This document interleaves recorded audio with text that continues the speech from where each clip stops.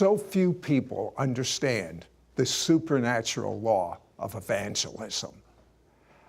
Many years ago, I uncovered it, and I'm so excited because I personally have been following this, and it works every time.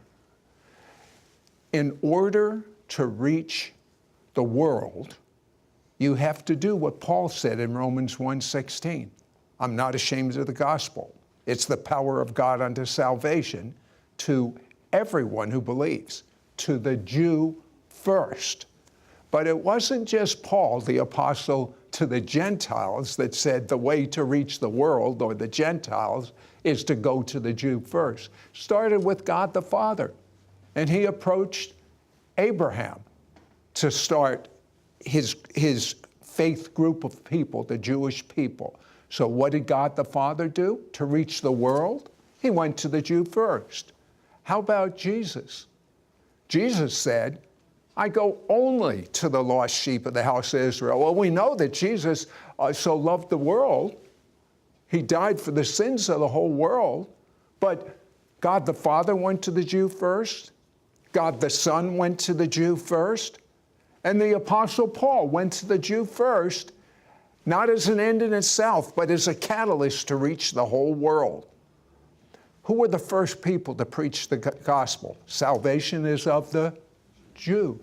Who will be the last people to be the great end-time evangelists? I believe if history is as it was in the past, it'll be in the future. It'll be the Jew also that will reach the world.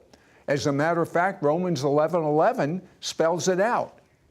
It says, salvation has come to the Gentile to provoke the Jew to jealousy. To what? To want to know Jesus, to get on fire for Jesus, to reach the whole world. But this is what I have found.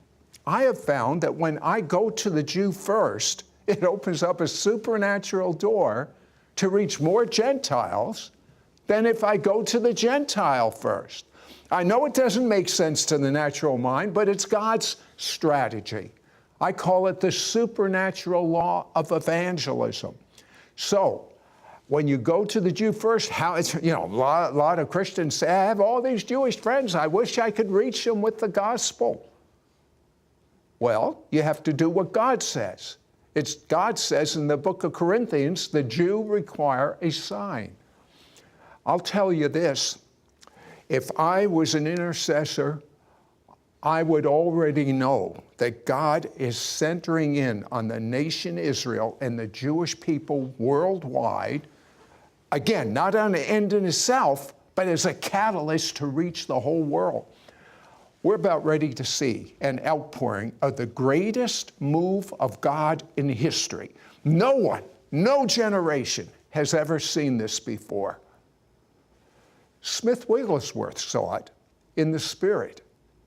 He saw the great healing revival of the 40s, people like A. Allen and Branham and Coe and T.L. Osborne. He saw that and he said, it would be wonderful, but they bump into some problems and then it would just disintegrate. But he said, I see in the future a move of God's Spirit. And he didn't call it this, but I'll call it this. It's going to be an outpouring of God's glory. And he said, this move will never be taken away. It'll never end until Jesus returns. Then he said something that was the most dramatic thing I've ever heard. He said this move, and I believe it's right on top of us right now, of the end-time glory of God, would be 1,000 times greater than any move previous. Can you picture what'll happen with a move of God? Here's what's going to happen. Every promise of God will be instant. Here's what's going to happen. All the prayers that you've prayed that God hasn't answered, they're going to be answered instantly. Here's what's going to happen. Non-believers will go into a meeting and it'll have nothing to do with the speaker. The glory of God will show up and people are going to be instantly healed, instantly saved. You have some relatives, you say, boy, I have been after them for years.